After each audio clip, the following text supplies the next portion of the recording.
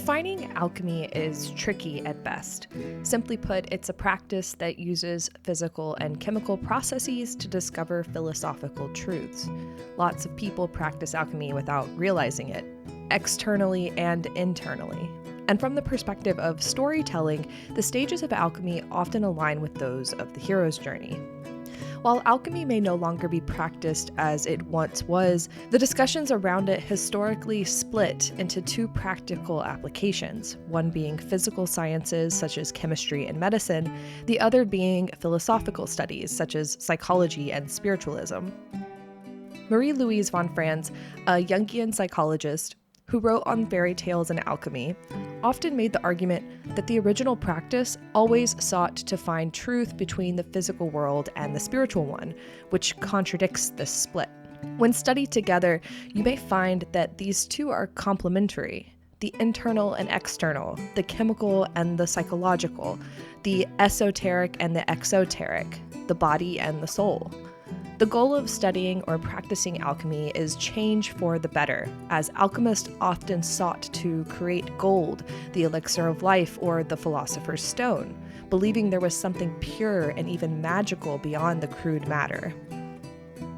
In the physical practice, they often found deep philosophical meaning alongside their scientific discoveries. What are you doing? If you're familiar with this channel, you're likely familiar with the hero's journey and the variations of it that I have played with in my videos. I do love a symbolic journey. So after watching Willow many times to include the original 1988 film, because of course, I wanted to do something a little different. It is no doubt that Joseph Campbell is a big part of storytelling practices at Lucasfilm, but also much of Campbell's work was inspired by Carl Jung. And in many instances, Carl Jung was inspired by alchemical manuscripts that existed at least 5 centuries before he was born. This is an ancient practice that can be traced over 4 millennia and 3 continents. And part of the fun of Willow is that they're not only using the 1988 film for the base of the lore and the symbols, they're also expanding on that with many archaic symbols that have meanings that have resonated through the collective human subconscious. And so I wanted to break down the story cycle of Willow using alchemy. Call it an introduction to alchemy. I think that the reason alchemy works so well for this story is that the characters change quite drastically on their journeys. And while it's fun and believable, it's also densely packed with symbols and powerful internal moments, making it easily rewatchable. Now, many alchemists were practicing outside of the rules of society to include the church and, in some cases, the law. So they weren't exactly always on the same page. So you have some alchemists who outline 14 processes of alchemy, some list 12. The modern, more psychological processes are at 7. But all of these models reflect the original 4 stages of alchemy, which is also referred to as the magnum opus or the great work. I will be using the 4 stages and the 7 processes. These 4 stages identify points of significant development in the physical processes, and Jung interpreted them as the steps one needed to complete through their process of individuation. Individuation is basically a psychological journey taken to discover the true self, as distinguishable from other individuals, and they take this journey through the unconscious. To put it simply, all of these things are the same: alchemical stages, the process of individuation, the hero's journey, even Maureen Murdoch's heroine's journey, all generally walk through the same recognizable human cycle. First, I'll start with the Willow 1988 film, as it is the establishing story cycle, which is repeated in the series just with new heroes. Stage 1, Negrito. Negrito is the blackening, where the shadow is frightening and conflict seems impossible to overcome. The goal of alchemy is to change crude matter into something that is pure, something that cannot be broken down any further. But psychologically, you can take this journey many times, as there are always new parts of ourselves to explore. A different shadow may reveal itself to you, and so you must start over once again. Every time we undergo this process, we come out of it with a better understanding of who we are. Thus, the first physical process of alchemy is calcination. The crude matter must be burned up and turned into ash. In Willow's story, his world is thrown into chaos when his village is attacked. The world is no longer safe for his family. He is unsure of himself. In order to move beyond the process of calcination, you have to wash the matter in a solution. Psychologically, this is when we should let go of the things that are holding us back. The solution reveals the gunk and the excess material that we have forgotten about. Our fears, our shadows, our traumas. We let those dissolve into the solution. The water aspect of this process represents the unconscious, in which the psyche is plunged into. And so in this step, the High Alduin reveals to Willow that the bones don't show him anything at all. And what really matters is whether Willow is willing to love and care for baby Elora. He lets go of his fears and his worries and sets out on the adventure. Stage 2, Albedo. The next process pushes the alchemist into the stage of albedo or whiteness, which is where we can more clearly see the matter and the things that make it up. It is a process of purification where the alchemist has essentially washed the matter of impurities. Psychologically, this is the stage where we are able to more clearly see the different parts of the self. You're a trolldom. Don't let him talk to you that way, Burglecut. Listen here, Runt. While you're wasting your time here, your fields aren't getting planted. Think about it. Burglecut. You gotta what? The processes in this stage consist of separation and conjunction. The alchemist sorts out the parts they want to keep and forms a new substance in joining them back together. So Willow gives Elora to Madmartigan, but Elora is a part of himself now.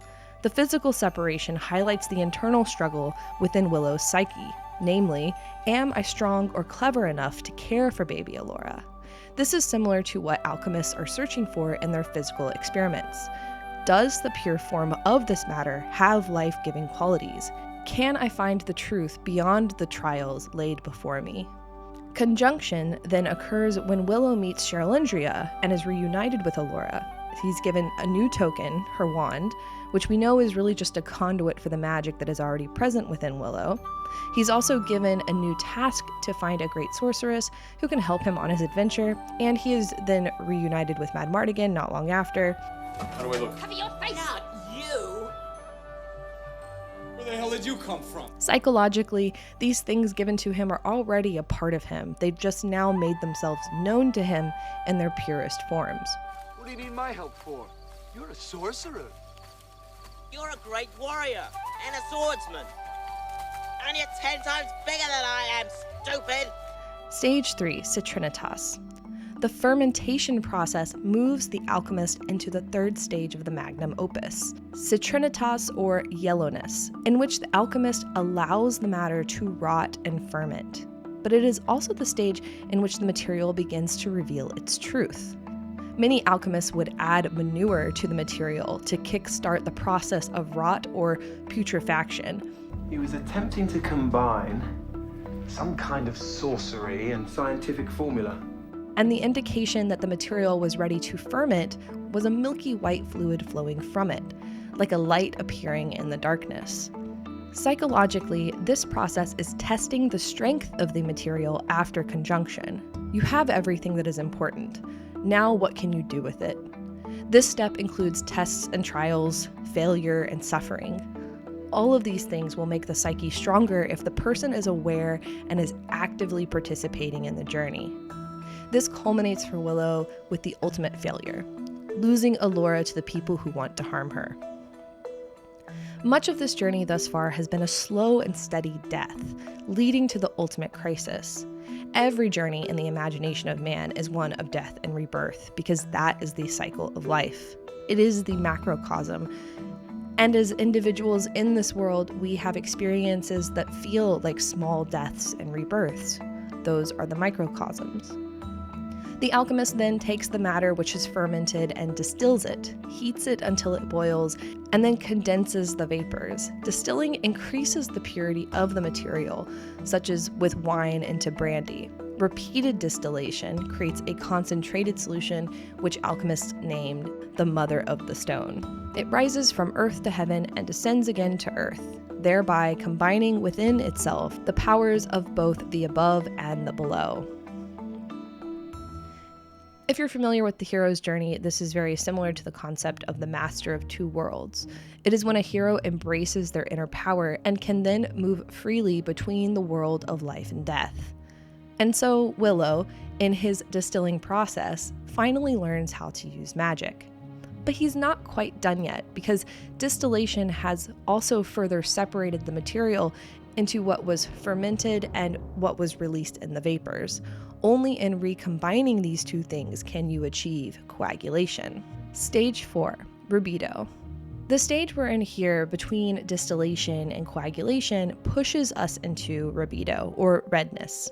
This final stage signals alchemical success and represents the final step of integration and synthesis of the different things that were discovered on the journey. This final process is literally and figuratively a union of spirit and physical matter. Alchemists called the final product the astral body, the elixir of life, or the philosopher's stone. Jung says that at this stage, the process can no longer be reversed. You can't go back to who you were before because you have done the work to become whole. Willow's greatest lesson, and the most important thing he can take with him back to his normal life, is that he is a hero even without magic. The act of loving alone makes him heroic. And so Willow can save Elora with a simple magician's sleight of hand. He knows just enough magic to fool Bavmorda into believing he's more powerful than he really is. These are two different parts of him, the farmer that performs magic tricks and the sorcerer who knows that love is most powerful. By combining these things, he does what none of the others could. And in returning to his home, he's bringing these lessons back to his family and community. So the idea of the Philosopher's Stone, which is created through this process and provides the user immortality, is simply the elixir described by Campbell. It's the lesson given to the hero at the end of their journey that they then give to the world. I do want to mention here that the idea of immortality from a Campbellian or Jungian perspective is not literally about living forever, but it also is. That whatever eternity is here right now. And nowhere else, or everywhere else. If you don't experience it now, you're never going to get it. Eternity is not something everlasting. And you can have it right here now in your relationships. He goes on to explain that there were moments in time he had with friends or family who have since passed away that are still with him. And that alone is them existing in eternity. So the elixir of life, the philosopher's stone, the astral body, is something we can achieve right now in our lifetime simply through our relationships with others. We can achieve eternal life through love. We both believe that love is the most powerful thing in the universe. With that, let's move on to Willow the Series, Volume 1, the show I simply cannot stop rewatching. Elora loses her lover, and the future she had imagined with him is in question. Because we know how this alchemical journey ends, the calcifying fire is a purifying fire, a fire of creation. Volcanoes create lands, and volcanic ash feeds new life. And so the fires of conflict that we go through leave us with nothing but what is important to begin anew. Rather than letting grief and fear consume her, Elora explicitly chooses the heroic path and mindfully takes her journey towards dissolution. Have you ever been in a fight? You mean like verbally? All she has that is her own, that we know of, is her love for Eric and maybe her muffins, which she burned, so... No. Yes! Oh. I never burn anything ever. Calcination, I guess. Dissolution, the process in which the matter is plunged into the water to wash it of impurities, is sometimes symbolized as Mother Nature, bathing, and lots of water symbolism. We can see this with Elora from the moment she walks through a cleansing barrier, which is also called the Mother Gate, a symbolic birth, to when Willow reveals who she is, the washing away of Dove and Brunhilde to show Elora Danon, to when Elora places her flower crown in the river, which is both a rejection and an acceptance of herself as the goddess. She was found in a river, and Elora Danon is essentially the Mother Nature of this world. Also, the name Danon is taken from the Irish goddess associated with rivers. She is the river, and she crowned herself. These are the depths of the unconscious, but the water still is murky. So Elora's burnt up into ash, immersed in the unconscious, in which the ash dissolves, and now she is in the process of separation. Just as Willow was separated from Elora in this point in his journey, Elora is separated from the group. This is when she really sorts out the different parts of herself. She has to even convince the woodcutters that she is the Elora Danan, though she doesn't know exactly what that means until she watches them die because of her. This is an important part of Elora's true self that she will have to integrate by the end of the journey. For now, she sees it. It is clear to her that being Elora Danan means innocent people will die. She is dangerous to others. This process of separation continues through to Nockmaar, where Elora is faced with the images of her mother and herself as a baby. She needs her mother. And Kit also tells her in this moment that she succeeded in magic when she didn't realize it. That is another part of Elora that she can now see as separate from the others. Then the process of conjunction rebalances and rejoins the different pieces that were previously separated. The alchemical symbols associated with conjunction consist of sexual intercourse, masculine and feminine coming together, marriage, and significant above and below symbolism. And we see all of this in episode 4, Whispers of Nockmaar. There's sexual tension. There's even an orgy room that Borman is trying to break into. You didn't find any eel jelly or nymph butter, did you? There's an instance of non-alchemical marriage where Graydon, possessed by the Lich, attempts to finish what Bavmorda started, but it looks more like he wants to control her body for other reasons. This is contrasted with an alchemical marriage, when Elora cleanses Graydon of that which is possessing him. As above, so below comes from the Emerald Tablet, a hermetic text which many alchemists refer to. As above, so below refers to how the general mechanics of the cosmos occur in even the smallest physical interactions. Psychologically, it means that our human experience is the experience of the universe. The microcosmic reflects the macrocosmic and vice versa. In Nockmaar, we have the tower, which provides us more literal symbolism of this, since it is above the rest of the castle, but we also have these images of what occurred in the past repeating themselves in this future. As above, so below is also as before, so it is, so it will be. These things repeat themselves just as these patterns exist to remind us of the simple truths in the human experience. So conjunction happens, and Elora is able to put these parts of herself back together in order to save Graydon through what she refers to as a kiss. Again, love is most powerful. The Wildwood episode continues this conjunction as Elora works out her fear of Graydon because of what she saw from his past and her relationship to Kit. Now we get to a really fun part. Fermentation. What are we walking through? It's best not to get too specific. Pretty sure it's troll poop. What did I just say?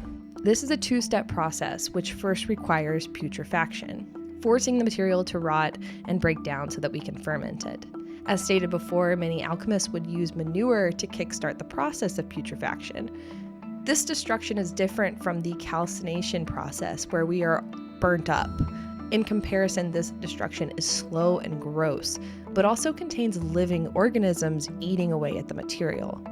Symbols associated with putrefaction include corpses, graves, coffins, worms, and rotting flesh or plant material. The fermentation then brings with it a rebirth from the rot. Alchemists noted an iridescent, oily film that would appear on the surface, signifying healthy fermentation. They called it the peacock's tail. So interestingly, we have Elora getting into the mountain through what is essentially troll sewage. Manure is literally being added to her to force her into the putrefaction and fermentation processes. And pretty soon we see that Elora is sick. She's breaking down, and she is pulling the mountain down with her. At first, she doesn't believe she is the cause of the rumblings, but through accepting that she is, she begins to ferment. It's not you, okay? It's this place. Yeah. No. Definitely, it's me. It is a slow and difficult process. The riddle that she ends up solving has to do with death and graves. There's death all around her. The questies go to the lowest part of the mountain, which is where the troll's trash ends up. More putrefaction and fermentation symbolism. This fermentation of Elora is not complete until she saves Kit, which turns her hair into its natural color. Out of the putrid black comes a display of color. This reveal is similar to that of the peacock's tail that occurs in alchemy, peacocks often being symbols of royalty and Elora being the true empress. Distillation is often symbolized by silver and the moon. As a reminder, the process itself consists of boiling the fermented material so that it releases vapors. But in a secondary process called sublimation, those vapors condense into solids at the top of the distiller. So the vapors, which are the spirit, are made solid or corporeal. In this process of distillation, Elora is journeying through and training in water. She is, in a way, turning up the heat on herself. And the scene where Kit and Elora talk under the stars is that condensed vapor, the spirit that is contained above the material that is boiling in the water. Psychologically, this is a step that often requires further meditation, where we detach from our own identity so that we can learn new things without the ego or other parts getting in the way. This prepares us for the final step. When Elora and Kit fall from the waterfall, and when she is faced with the worm's offer, Elora has to face the part of herself that started on this quest in the first place. She has to accept that she is Elora Danan, and she has to face the part of herself that is Dove. This begins her coagulation. She reintegrates the part of herself in rejecting Eric and accepting her role in the world as Elora Danan. But Elora's greatest struggle this entire season has been with being the cause of death. In losing Graydon, who is the person she is alchemically married to, she fully embraces the dark, vengeful, powerful part of herself that's been there all along. It was in the forest when she grew the bush. It was in her rivalry with Kit. It was in her standing up for herself and saying no to Eric.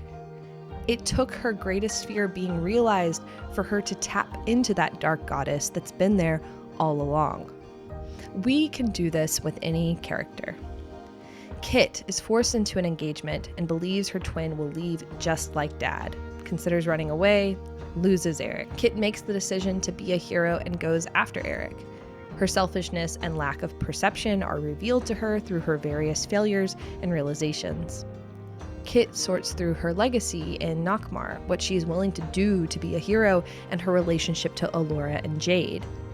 Kit professes her love for Jade, meets Allagash, who knew her father, retrieves her father's sword, and projects her shadow onto Elora. Kit becomes sick from the vermiscus, and she is physically weak for a time. Kit trains with Jade and goes over the waterfall with Elora. She is distilling and condensing when she has to face the trial of rejecting the worm. Mads speaks to her, reminding her of her strengths. Kit is given the cuirass and is able to finish what her father started, and she saves Eric through her love for him. And this also works for relationships and binaries in the story. Madmartigan and Sorsha first meet as enemies. He pushes her, she threatens him, and then they immediately complement one another. Beautiful. And you're very strong. Love and loathing at first sight. They continue this for a while. Madmartigan even claims that he hates her. I hate that woman. Mads accidentally inhales the dust of broken hearts, which reveals to him his true desire for Sorsha, and she has a very difficult time resisting him.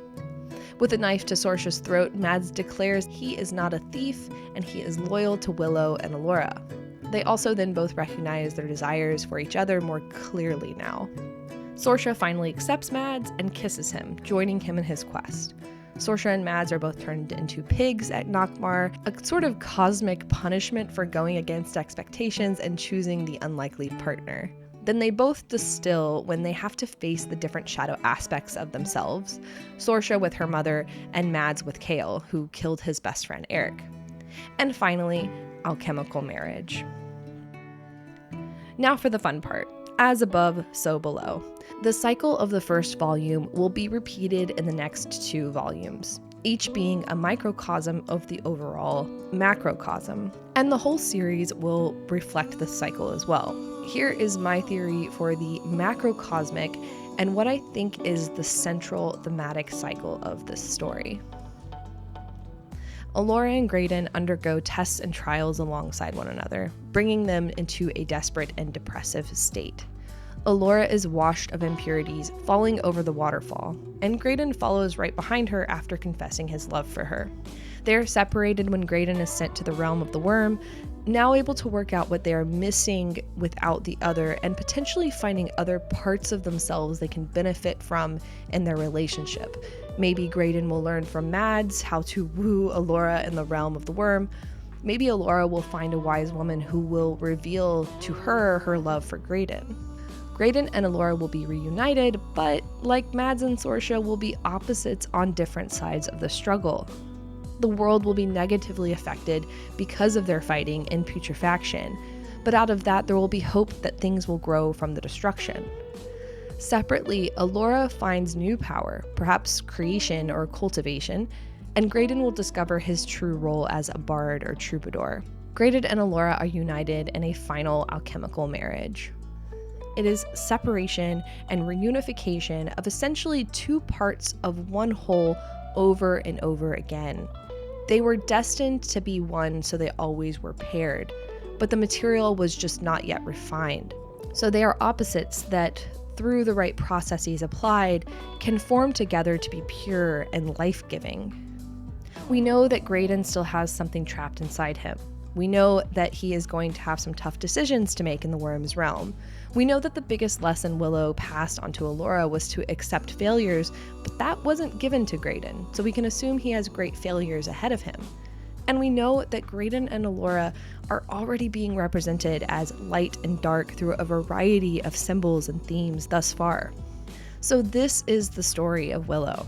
It is about love being the most powerful force in the universe, but it is also about how we come to love each other and ourselves. In working through this psychological process, we can see parts of ourselves more clearly, sort out what we want to keep and what we don't, take time to observe and understand the darker and more libidinous parts of ourselves, and accept them to make us stronger. And then through our understanding of the entire process, bring that elixir back to others. Just as the alchemists shared their knowledge in symbols and poetry and art, the elixir is best shared through creative expression. The stories we tell each other do this too. Love stories, especially.